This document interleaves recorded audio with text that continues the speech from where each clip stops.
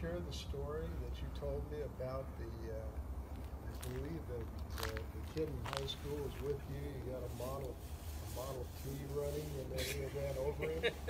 Could you share that story with us? Well, that was just a frame, engine frame, there was no body on it, but it was pretty early. It was my grade school years actually, and I was learning all about engines at the time, and I had this Dykes dictionary on automobiles, and it told about how many 64ths of an inch that you need clearance on your valves.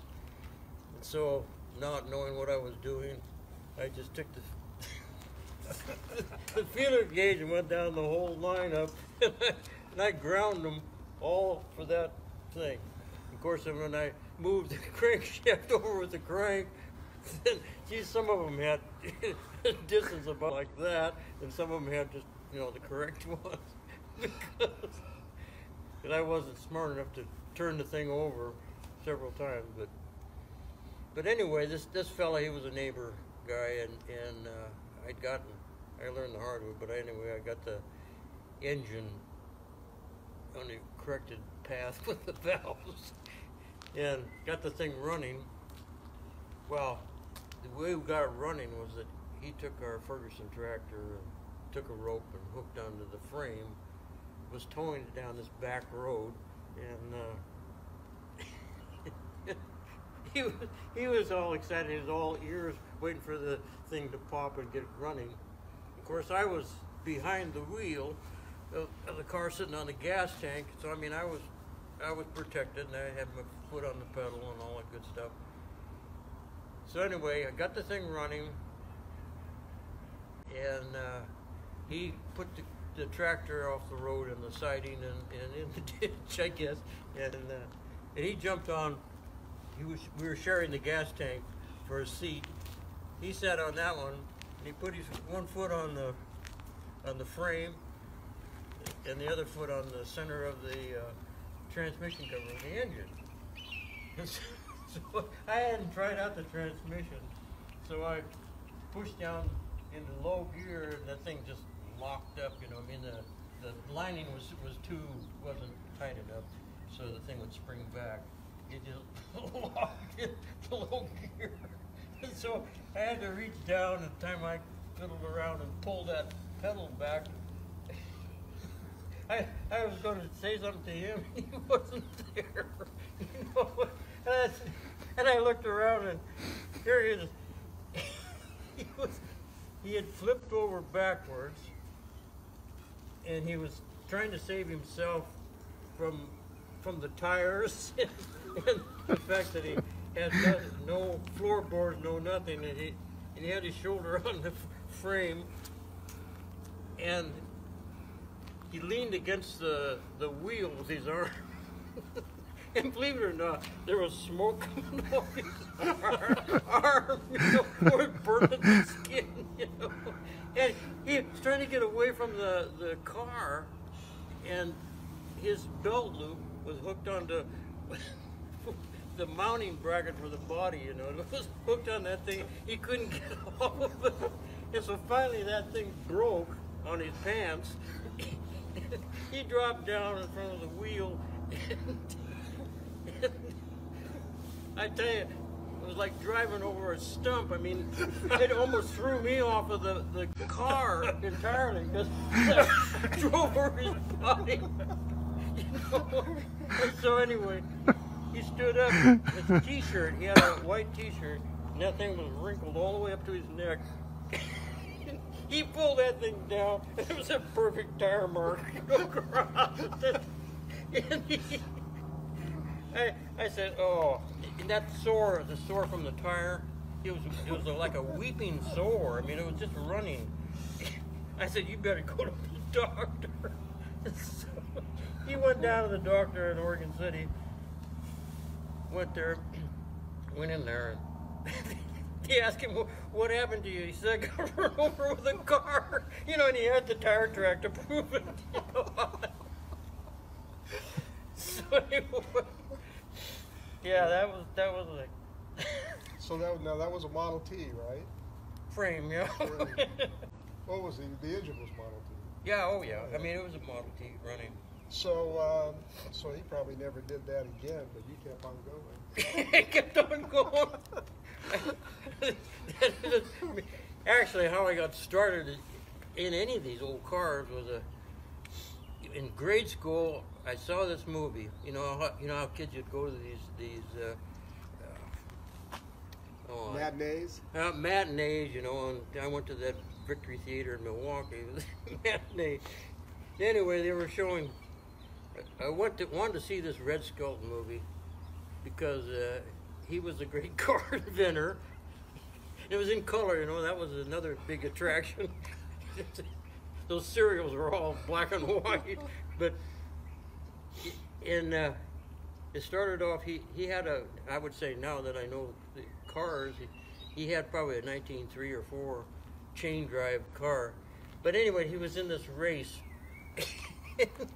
He had all kinds of trouble with this car, so the steering wheel came off in this car, and he dropped it, you know, rolled out on the road. You know, he didn't have any way of steering that thing, so he reached down with a Stilson wrench. I can still see that wrench, you know, big old clumsy thing, and he put that on the steering shaft. He was steering the car with it, you know? And then he ran out of gas, and he was hoping that he could make the drugstore in time. And he went in there and bought this cleaning fluid, which was gasoline. He come out with these 2 glass jugs. He poured them in the car, and away he went again. But you know, the chickens flew. You know, and I told myself, I gotta have one of these old cars. So that's what really got her started. But well, I'd say my first car was a 26T, and it was a coupe, as I recall. And I got it from a fella in West Lynn. And he had it in a barn. His dad passed away, I believe, he had this farm that they were raising horses, and they had a sawmill up in Washington, and that's where all the money come. I mean, that place was something else, the way they built it for the horses. But anyway, his daughter and the wife of the son lived on this place with the horses, and he was always interested in cars, race cars, you know, hot rods, you know, and that's what he had in mind for this old T. He was going to make a hot rod out of it, put a big engine in it, you know. Anyway, I looked at the thing. It was a coupe. It was a high, looked like a phone booth, you know, on wheels, and it didn't run, and so I forget what he paid for it, but I said, would you be interested in selling this thing? I said, I really would like to have it. Yeah, he says, oh, he says, if I can get $50 out of it, he says, I'd be happy. I said, would you take it on time? Because in grade school, $50 was a whirl of money, you know. And I paid the guy $5 a month. I can't believe it. And he accepted it. And so anyway, he said, well, your car's paid for finally. And I said, do you mind delivering it to our farm? So anyway, that forced him to get the thing running. We drove it from West Lynn over to Oregon City, and then up to all those hills. Oregon City anyway, got out to Beaver Creek, and so you were on another place before you were out at Beaver Creek? not with the old cars. Okay. No, I was just in grade school, you might say. In the other, I was on Oldfield Road, where the Fred Meyers is now. That used to be a doctor that lived on that property where the Fred Meyer store is. In Oregon City, up beyond I Oregon City. still remember that guy had a workhorse, and I still remember the name of that workhorse's Commander was its name. And the poor horse hadn't been shod for years, you know. His feet would look like dinner plates. You know what I mean? So I remember that area very well.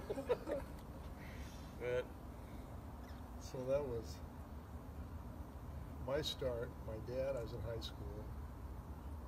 I said I was going to buy a bug-eyed Sprite, and he said, "You're not getting a sports car." And I said, "Well, you're the only person that calls it a sports car." And he said, "Nope." Now, mindful, my dad bought me an L4 Cub, Piper Cub, yeah. for my 16th birthday. And he and I flew it from Waco, Texas, to Sandy, Oregon.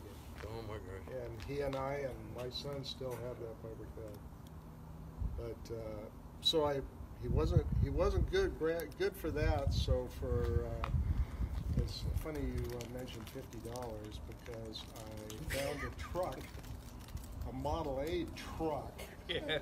for $50, and I restored it, if you want to call it that. And somebody offered me $850 for it, and I said no, and I still regret that. Well, you've done worse things with that 6-cylinder. But how I got into brass air tees, and then earlier cars.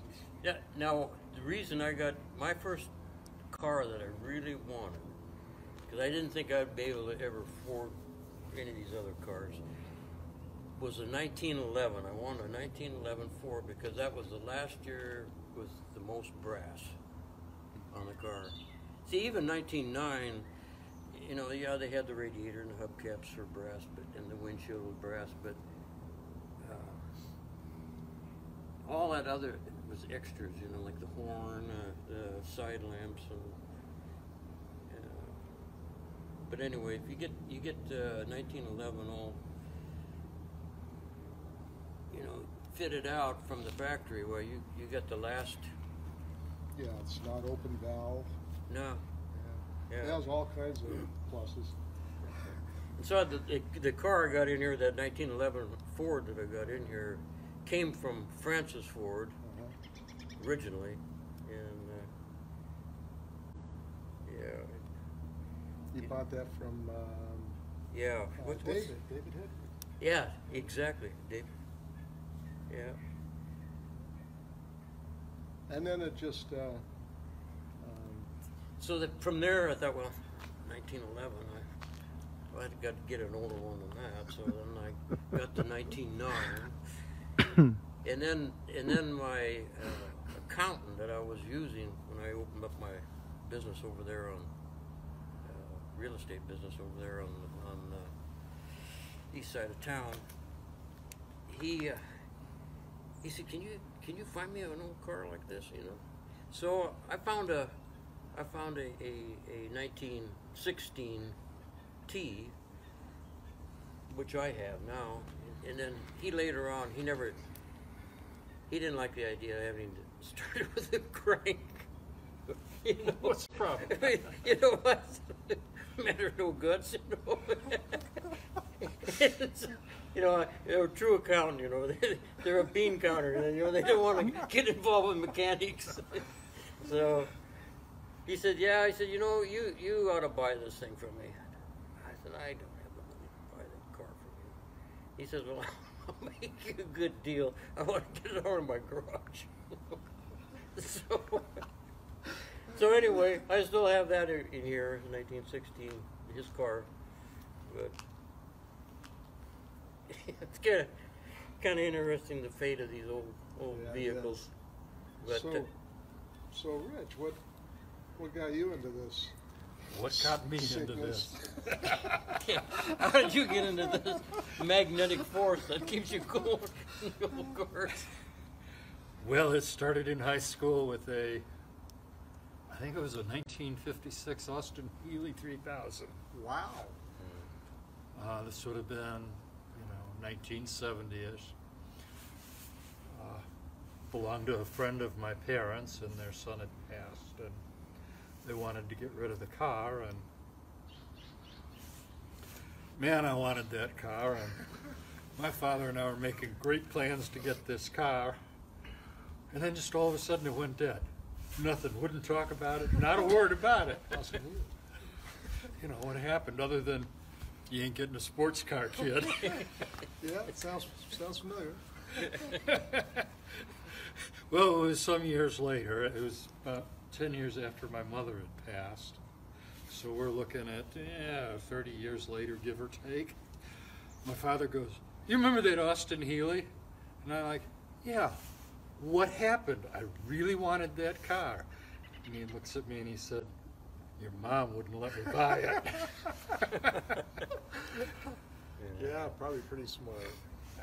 Well, that's funny. My dad, when I was 6 years old, he came back played for the Philadelphia Eagles, and we're from Prineville, Oregon. And, he's a big shot. And he bought an Austin Healey 3000, and this is in 1960. So it was the first year of Austin Healey. And that's where I got the interest in the Sprite. But he couldn't correlate that. So when he came and saw that $50 Model A truck, he said, after pro football, he flew for Delta Airlines. So there's some money there. But he said, "Get that piece of shit out of his driveway." Hate to use that term, but and he said, "I want it by sundown." So he didn't feel the same way about it as I did. So a friend of mine, his dad had a logging operation, and I restored it there. But so it was a very similar experience. That coupe, I thought, being a hot dog that I was in the early years, I thought, well, it'd be kind of neat to take that thing to school. Well, and it ran pretty good. And so I took it to high school. And that was on the top of the hill there in Oregon City where the old high school used to be. And, the gas tank had crusties in there, from rust, I guess. one of those crusties, it stopped the fuel from going into the carburetor, so it wasn't running very good. I had this friend of mine, I said, "Do you mind putting your lips up there on the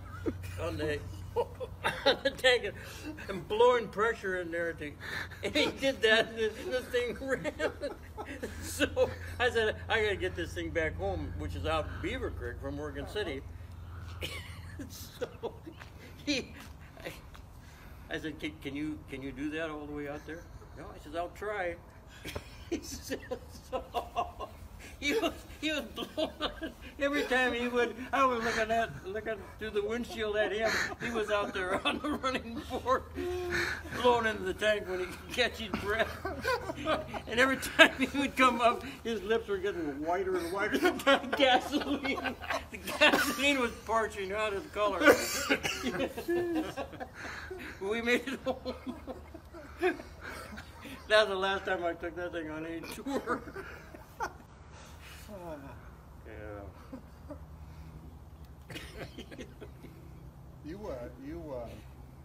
That Rolls Royce you had, you took that on a tour up to Mount Hood. Yeah, that thing ran good. I mean, it really did. Quiet. Real quiet. In fact, I got an award for having the quietest car on that tour, on that particular tour. Yeah. Yeah, it was kind of out of character for you, That's why. It wasn't a Ford. That's why Kim said. He says, if I'm going to get rid of a car, I get rid of that Rolls Royce. I said, that isn't you. I got a 64 Alpha Spider out of a building in Milano, and you saw that car, red Julia. That was a good find. My son finally took it. And he said I promised it to him for graduating from college in 4 years. Yeah, I remember him having something to do with that car while he was in school. Yeah, he said, I said, well, you have to have a garage. Well, it's now garaged and in his possession. So. That's good. And Monty Shelton has one just like Monty. I was telling Monty the story about Dad and getting that Austin Healey 3000. I said that Dad was getting ready to go to the Air Office, the flight school, but he couldn't afford to make the payments on that thing. So another fellow that played at U of O went to played before Dad, was an attorney, and he gave the car back to the dealership, and Monty said, yeah, I was there. And he said, it was this building. So that was your dad, huh? Yeah. Well, where's your hood? To the B. Where's the hood? Oh, it's in there. Oh, is it? Yeah. So Waylon, when did you first learn about this bee? You had a friend named Cecil Ralston in Texas. Can you tell me about your relationship with Cecil, how you met him, and how that ties into this bee right here? Cecil, I met him at Hershey, Pennsylvania, at the swap meet there. And we enjoyed each other talking about how to make parts and things. I mean, and then I later found out that, his background of all these early cars. In fact, he went to some of the Ford auctions back there, and we really got some rare cars. And he had started working on restoring a Model B. That was one of the hardest ones for him to get. It's a hard one for anybody to get. There's not that many of them around. But he had picked up the frame and transmission from Doc Bloom there in I think it was Weatherford, Texas, where he was located. And so we started with that frame, and then he was looking for wheels. I mean, the wheels are different on those things, and they're bigger. Bigger tire, everything else. And so he started that, and he was able to find a lot of parts over the course of many years, and he got that thing together, and he got down to the engine. He had everything complete on that car except for the engine. He said, I'm working on trying to find an engine. He says, I've got ads in the paper, and I've tried to get the audience of Ford Motor Company through their museum and through whoever. And he said, I don't understand. I said, I got one of their products, and they won't even answer my letters. They won't even confer with him.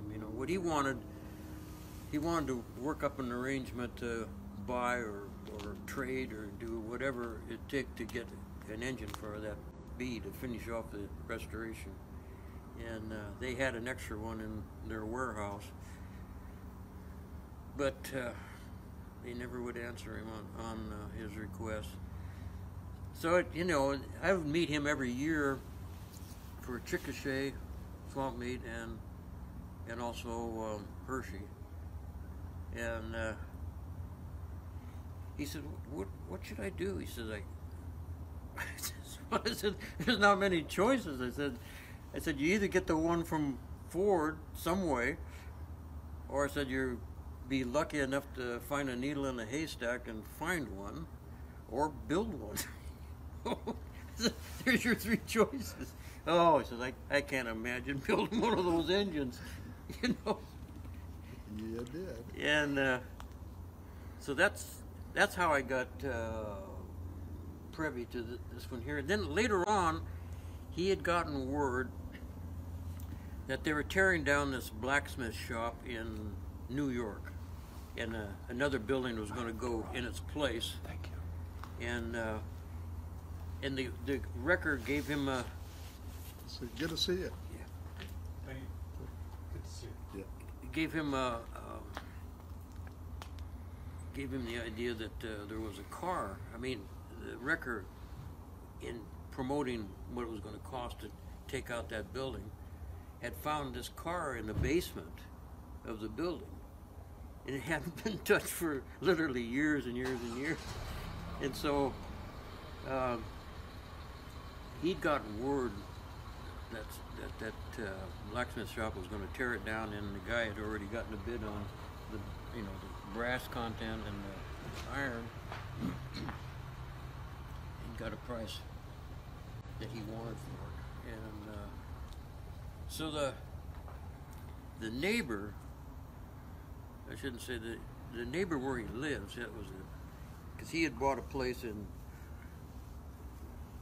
a different part of New York, a suburban area that was a new house, and Cecil had gotten the address of this place, and we drove over there. It's like driving through a new cul-de-sac, new suburban, production of houses, and he says, no way, there to be a 1904 Model B of all kinds. And so anyway, he looked at the address again, and he stopped and knocked on the door. Nobody answered. And so anyway, the neighbor, the house right next to it, they had the guy was out there watering or doing something with his landscaping, and so he asked him. He says, "Do you know of an old car that's situated in this area?" I said, "Not really." And then he said the guy was looking at him, and was thinking about it. Well, I said, the neighbor's got one. The neighbor's got one in his daylight basement. He says, but he's not here right now. He's on a trip somewhere. And so he said, I think you can see it. He says, we can look through the windows on the daylight basement. And I think you can see it in there. Went down there. His heart dropped to his feet. He says, there it is. And so anyway, that was this car here. And the original car, Cecil had Jack Grace's dad, which was, or John Grace's dad, who was Jack Grace, make arrangements to ship it to Texas. And it's pretty much the same. Cecil made some modifications on the body, but it's definitely a 1904 body style. And but the engine is pretty much the same. It's all the pieces that have the same number on it, and it needs to be tuned up. We're in hopes to get the thing running. My understanding is that it's been several years since you mentioned this, that the engine, he had the other car completely restored, but it didn't have an engine. Right. So he or well, after he passed away, then Margaret had his wife, Right. Had the job of doing something with the collection. So she contacted me. She said, Cecil thought an awful lot of you, and I know he would like to have you have his collection. I said, I can't buy that collection. I said, you're talking about a lot of cars, I said, but I said I'd be interested in the Model A, because I knew that he had that thing running, and I had a Model A I bought from Jane Grove was her name, and she was from Upper New York, and she had one that she took to Hershey, and she sold the thing. In fact, I bought it, and And then I had that here for a while, and Was that the one that Kim got, yeah. Because you offered that to me, and I probably should have bought it. Yeah. But I know your track record. Yeah, buy high, sell low. So anyway, Kim bought it from me, and I said, well, you want to know what I wanted for it? Anyway, it was the same amount that I had to pay Cecil's wife, so I no money in it outside of matching what she wanted. So I handed her. She wanted cash, though. So I guess I got the right person for that, because he's got all those hamburgers outlets that have got nothing but cash coming in. But anyway, Yeah, it's so that's how that happened, and then so that is the original engine to that car. yeah, Yeah. there's not many numbers that were given to those parts. In fact, there isn't anything on those parts that identify it as Ford.